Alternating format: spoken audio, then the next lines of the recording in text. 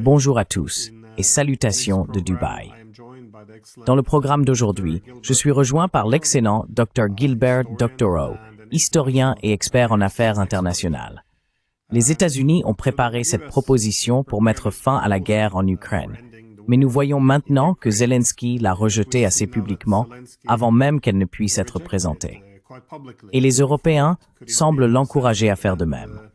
En conséquence, nous avons vu Marco Rubio annuler sa participation. Et l'ensemble de l'initiative s'est plus ou moins effondré avant même d'avoir commencé. Un développement très dramatique, étant donné que les États-Unis menacent maintenant de se désengager de cette guerre et de s'en aller, à moins que les parties ne commencent à se conformer. Comment interprétez-vous tout cela?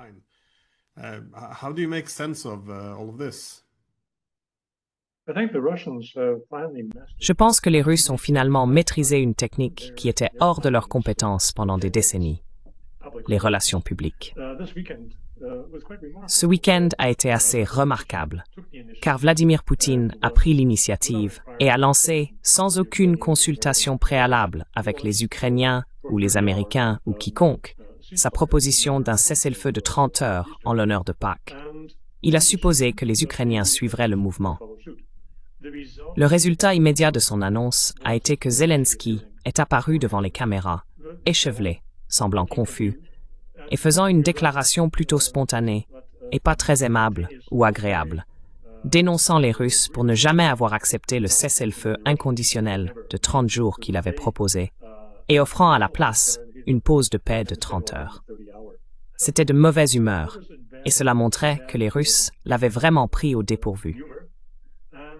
It showed that the Russians had really caught him flat-footed. Now, the next move.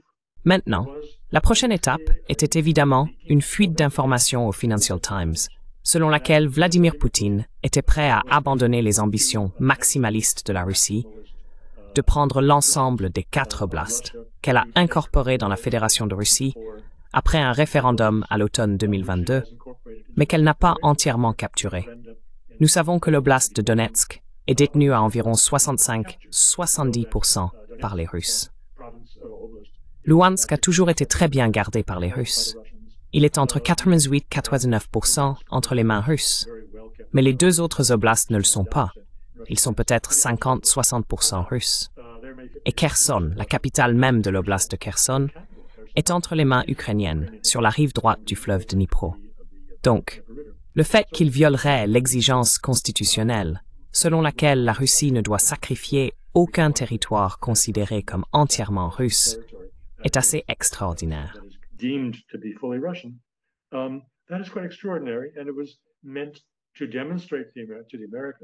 Et cela visait à démontrer aux Américains que la Russie ne cherche pas à s'emparer de territoires, mais qu'elle recherche la sécurité et les autres principes annoncés au début de l'opération militaire spéciale. Le Financial Times a pris bonne note de cela et a remarqué que probablement les Russes, en échange de cette concession très considérable, chercheraient à ce que leurs autres intérêts soient pleinement adoptés par les Américains dans le règlement de paix final qui serait sur la table. Eh bien, ici vous avez les Russes faisant une concession qui semble importante. Bien que lorsque les journalistes ont interrogé à ce sujet, le secrétaire de presse du Kremlin Peskov a dit « Non, non, non, c'était des fausses nouvelles ». C'est compréhensible.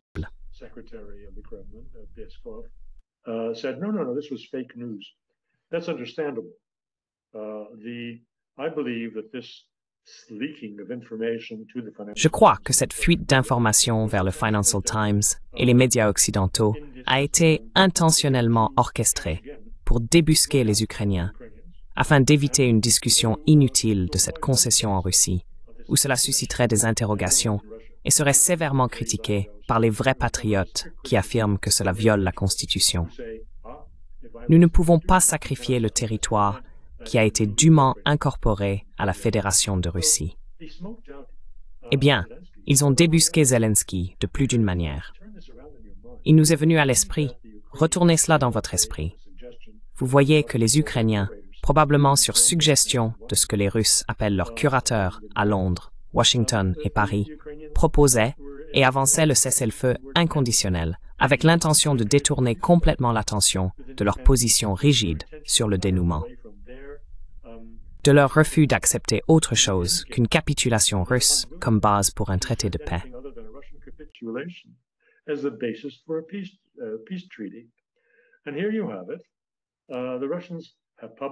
Et voilà, les Russes ont publiquement, ou du moins on suppose qu'ils ont, fait une concession de grande importance. Et M. Zelensky se retourne et déclare que la Crimée est ukrainienne et le restera toujours, et qu'il ne la reconnaîtra pas comme territoire russe. C'est un niveau d'analyse. Il y a un point supplémentaire ici. Soyons honnêtes à ce sujet. Les Ukrainiens ont détourné l'attention de l'issue finale, parce que si M. Zelensky proposait quelque chose de moins que le programme maximaliste qu'il a depuis le début défini comme ses objectifs de paix, qui est essentiellement la capitulation russe, le procès et le tribunal de Poutine et des autres dirigeants russes, des réparations, et ainsi de suite, ce serait comme si la Russie avait perdu la guerre et que l'Ukraine avait gagné la guerre.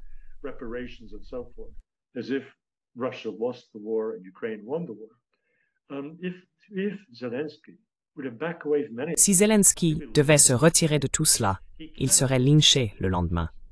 Il ne peut faire aucun compromis. Ce n'est pas une question de caprice, c'est un constat. Il sera lynché, et il le sait. Les Russes ont donc été très habiles en préparant le terrain. Et quel est l'acte final de cette mise en scène qu'ils ont préparée? Que les États-Unis se lavent les mains de tout cet exercice, s'en éloignent, coupent probablement toute assistance en matière de renseignement à l'Ukraine, disent que les Européens s'en occupent s'ils aiment tant l'Ukraine, et poursuivent le processus de normalisation des relations avec la Russie.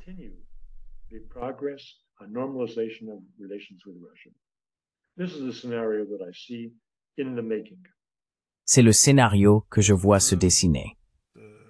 Les concessions russes apparentes, comme vous l'avez mentionné, étaient assez significatives, selon le Financial Times.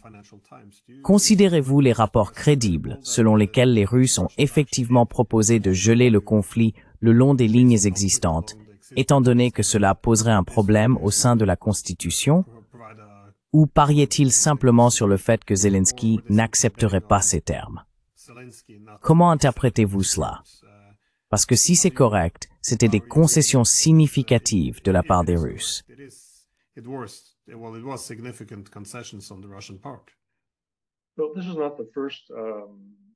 Eh bien, ce n'est pas la première fois que j'exprime ces opinions. Et je peux vous dire que certains commentaires sont revenus sur la vidéo précédente dans laquelle j'ai mentionné cela, disant « Oh non, les Russes ne peuvent pas abandonner ce territoire. » Dr. O ne sait pas de quoi il parle. Eh bien, je pense savoir de quoi je parle. Et encore une fois, vous devez regarder quels sont les objectifs de guerre russes. Ils n'ont jamais été de s'emparer de plus de territoire. L'incorporation de ces 4 oblasts du Donbass et des aires Novorossiya en Russie a été faite à la hâte.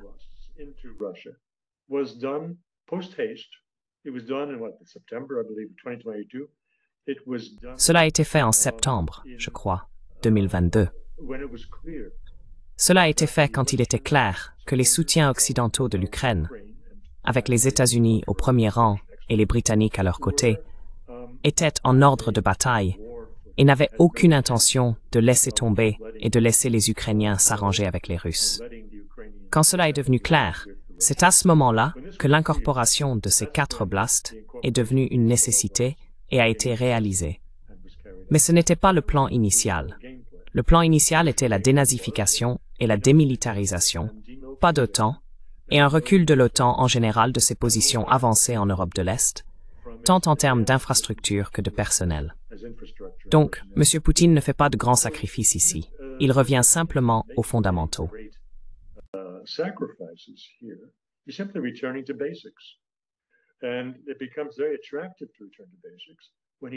Et il devient très attrayant de revenir aux fondamentaux lorsqu'il voit la perspective d'une certaine normalisation avec les États-Unis. Ce n'est pas seulement une idée théorique, mais cela a déjà été démontré parce que je considère comme la coopération de l'équipe Trump et de l'équipe Poutine pour résoudre la question nucléaire en Iran, ce qui est un excellent indicateur pour Trump de la manière dont M. Poutine peut lui être aussi utile qu'il l'a été pour le président Obama dans la résolution de la question des armes chimiques en Syrie, que les faucons de guerre à Washington voulaient utiliser pour justifier des frappes aériennes massives en Syrie. Cette scène se rejoue maintenant, si je comprends bien. Pour mettre un point sur le « i », il ne s'agit pas seulement de consultation avec Ryabkov, mais aussi avec les Iraniens. Mettons cela au clair.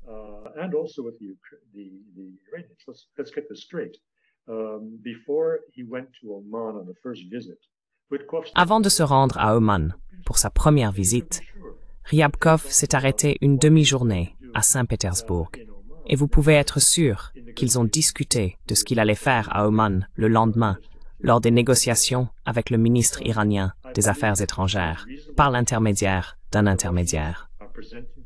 Je pense qu'il est raisonnable de s'attendre à ce que les Russes se présentent, non pas comme les seuls, mais parmi les principaux superviseurs et inspecteurs de tout règlement iranien conclu avec les États-Unis pour s'assurer qu'il est respecté. Il est probable que les Chinois se mettront également dans ce rôle, et il serait très logique que ces deux puissances soient les garants du bon comportement iranien, contrairement aux véritables faibles de l'Agence internationale de l'énergie atomique, qui ont peur de dire quoi que ce soit qui devienne politique.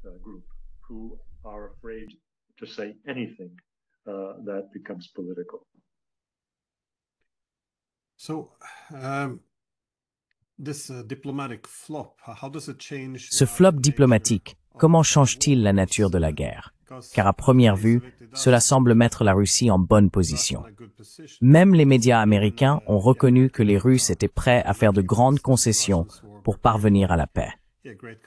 Pendant ce temps, Zelensky est maintenant perçu comme adoptant une position très maximaliste, rejetant même cette proposition avant que la réunion ait lieu à Londres, et ce, de manière assez publique. Et bien sûr, maintenant les États-Unis ont une excuse, si vous voulez, pour se désengager de la guerre s'ils veulent partir avant l'effondrement et je suppose laisser tout le désordre aux Européens. Donc le voyez-vous en termes aussi dramatiques? Ou comment la guerre sera-t-elle affectée par cela?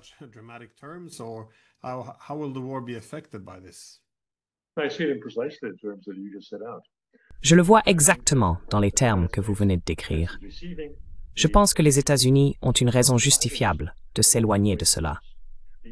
Les Européens, en tenant la main de Zelensky, se préparent à une grande chute, car le désastre en Ukraine deviendra leur responsabilité, pas celle des États-Unis. Pendant ce temps, Trump et son équipe peuvent aller de l'avant et trouver des points d'intérêt communs dans les affaires internationales et commerciales avec les Russes, sans que cela ne dérange personne. Les faucons à Washington devront accepter cela. Maintenant, ce que personne ne dit, c'est ce que je viens de dire.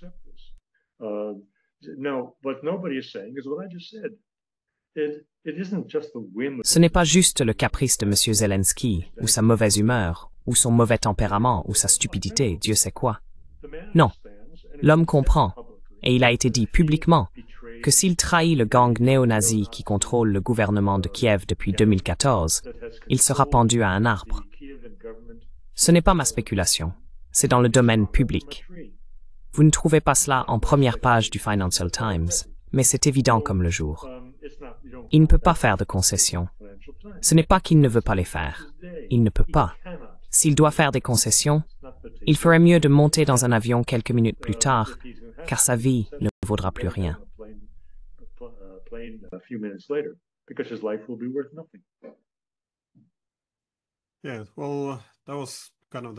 Eh bien, c'était un peu quelque chose que Boris Johnson avait également suggéré en 2019, qu'il était incapable de mettre en œuvre son mandat de paix à cause des nationalistes.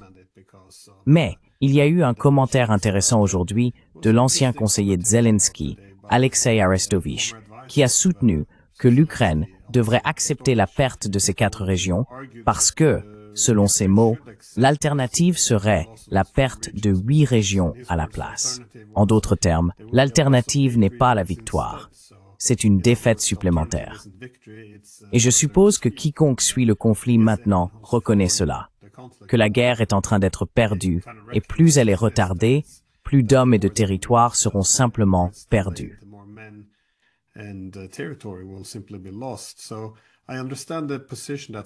Je comprends donc la position dans laquelle se trouve Zelensky. Il a dû vivre avec cette menace des nationalistes depuis 2019 et il ne peut pas faire grand-chose pour changer de cap maintenant. Mais les Européens, quel est l'objectif ici? Parce que si les Américains se préparent à se retirer de cette situation, quel est l'avantage de prolonger la guerre maintenant et de l'étendre davantage? Je suppose que parmi tous les acteurs, ce sont les Européens que j'ai le plus de mal à comprendre. D'accord. Eh bien, prenons du recul. Arestovitch fait remarquer qu'il est aux États-Unis, n'est-ce pas, en ce moment? Il n'y a pas été depuis plusieurs années, à moins que quelque chose ne m'échappe. Où était-il lorsqu'il a fait cette déclaration?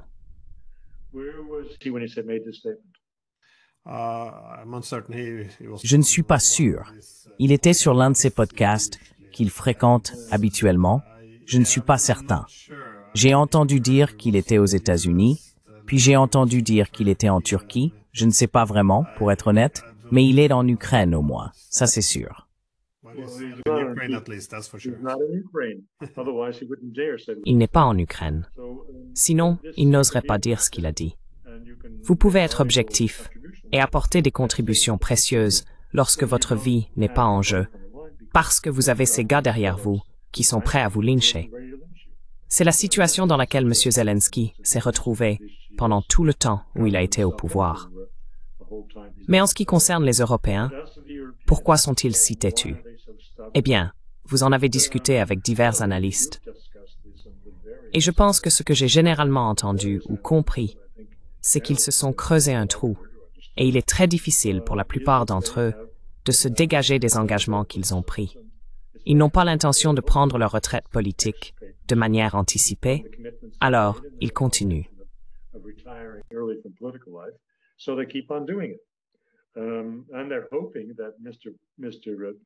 Et ils espèrent que M. Trump changera d'avis, car il semble beaucoup changer d'avis ces jours-ci, et qu'il finira par adopter leur point de vue. Et il n'a rien fait pour les détromper de cette illusion. Il n'a pas fait ce qu'il aurait dû faire, c'est-à-dire lire la loi anti-émeute aux Européens. Il ne l'a jamais fait. Au lieu de cela, il a envoyé Kellogg, il y a une semaine, pour les rencontrer, leur tenir la main et leur donner un peu d'espoir que l'administration Trump est sympathique à leurs efforts pour sécuriser la paix en envoyant des casques bleus et autres, ce qui est bien sûr totalement absurde. Trump aurait dû lire la loi anti-émeute, et il n'a pas eu le courage de le faire, ce qui, je veux dire, doit être considéré comme une critique sévère. Il essaie de laisser tout le monde voir Trump à travers leur propre prisme, plutôt que de comprendre sa véritable position, qui est assez proche de la position russe.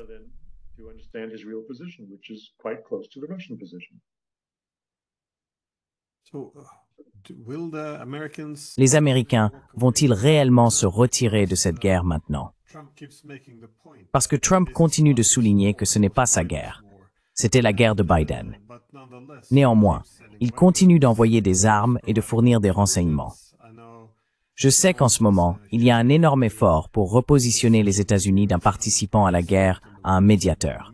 Mais s'il continue sur cette voie, il sera sûrement trop tard. Il prendra une certaine responsabilité de cette guerre. Et comme il atteint maintenant ses 100 jours, qui était le délai qu'il s'était fixé pour résoudre la guerre, à quel point pensez-vous qu'il est probable que les États-Unis se retirent réellement de cela?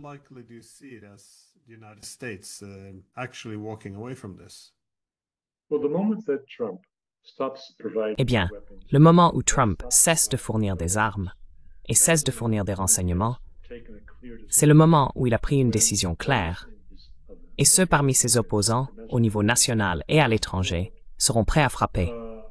Donc il repousse ce moment, mais le moment viendra. Et je pense que plus il le repousse, pire c'est pour lui.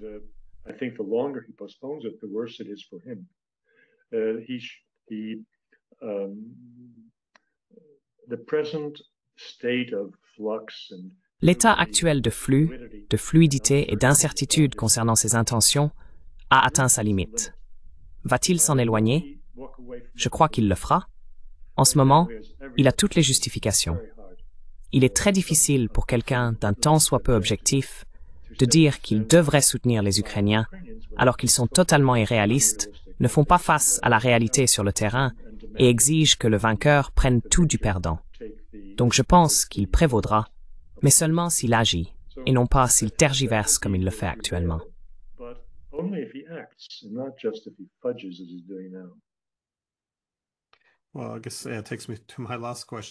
Eh bien, je suppose que cela m'amène à ma dernière question. Si les États-Unis se retirent maintenant après cet échec, que voyez-vous se passer? Combien de temps pensez-vous que l'Ukraine peut tenir sur le champ de bataille en fonction de ce que vous voyez actuellement? Parce que certains armements ont évolué, passant par exemple du besoin énorme d'obus d'artillerie à des armements moins coûteux comme les drones que les Européens sont capables de fournir. Je ne dis pas que les Européens peuvent remplacer les Américains, mais combien de temps la guerre peut-elle réalistement durer si les États-Unis se désengagent complètement de cela?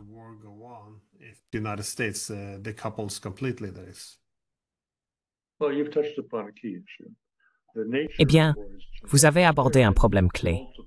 La nature de la guerre a changé. Il y a eu plusieurs changements au cours des 3 dernières années. Il y a eu des tournants qui nous font tous, observateurs et commentateurs, paraître ridicules parce que nos attentes étaient basées sur une nature de guerre stable. Et cela a changé, d'abord par l'introduction d'armes létales par les États-Unis et leurs alliés, ce qui était inattendu, et par l'armement de plus en plus létal et de plus en plus sophistiqué qu'ils ont fourni à Kiev. Donc ces tournants ont existé. Au cours des derniers mois, il y a un changement décisif dans la nature de la guerre, ce qui rend franchement plus facile pour les Ukrainiens de tenir plus longtemps. Et vous venez de l'évoquer.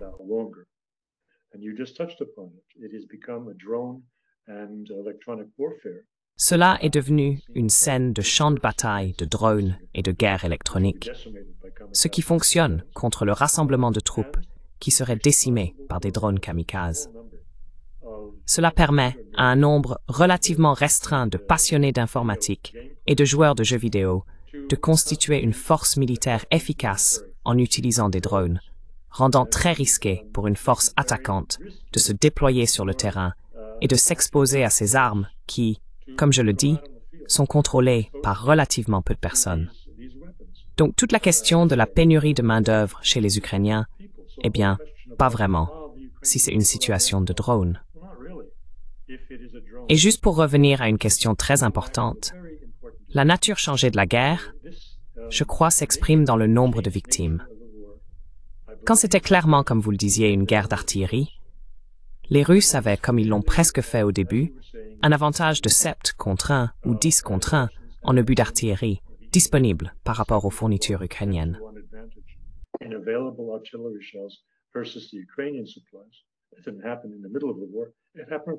Cela ne s'est pas produit au milieu de la guerre. Cela s'est produit dès les premiers jours de la guerre.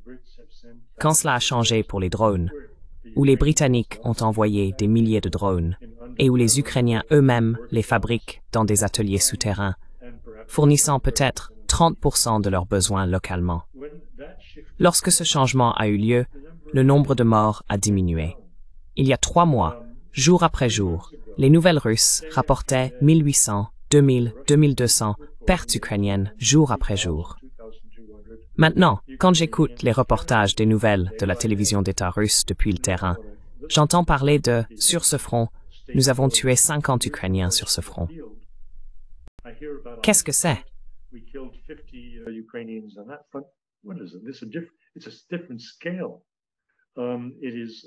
C'est une échelle différente. C'est un ordre de grandeur différent. Et donc cela a une importance décisive pour nous, alors que nous considérons combien de temps les Ukrainiens peuvent tenir. D'un autre côté, la guerre n'est pas seulement technique et matérielle. La guerre est psychologique. Et sur le plan psychologique, l'abandon de l'Ukraine par les États-Unis peut avoir une importance décisive en détruisant la confiance en soi du peuple ukrainien dans sa capacité à résister aux Russes. Cela rend donc très difficile de donner un pronostic fiable ou confiant sur la durée de la guerre. Mais je crois qu'elle sera terminée avant la fin de cette année, probablement à cause de l'impact psychologique du départ des États-Unis et d'un effondrement du moral du côté ukrainien. Pas parce qu'ils n'ont pas de soldats à mettre en ligne. Ils ont des soldats.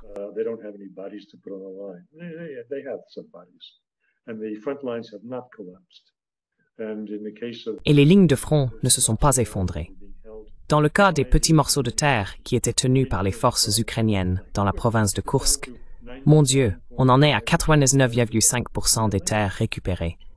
Et ce dernier 0,5% est terriblement difficile à capturer pour les Russes. Les Ukrainiens vont à la mort en connaissance de cause plutôt que de se rendre ou de fuir. Fuir est plutôt problématique, mais ils ne le font pas. Et donc, les Russes ont reconnu il y a longtemps que leurs frères slaves en Ukraine ont le même genre de courage et la même détermination qu'eux. Et cela n'a pas changé. Par conséquent, comme je le dis, il est très difficile d'obtenir une date sérieuse pour la fin de la guerre. Mais je crois que ce sera plus tôt que tard, et ce sera certainement avant la fin de cette année.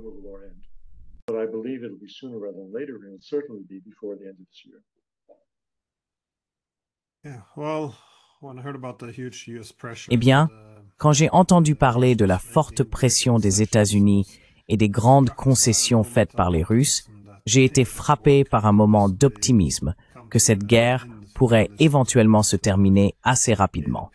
Mais il semble qu'elle va encore durer un certain temps. Cependant, je suis d'accord pour dire qu'il y a maintenant une grande limite à la distance qu'elle peut atteindre. Donc oui, Dr. Gilbert Doctorow, merci beaucoup. C'est toujours très fascinant d'avoir vos perspectives.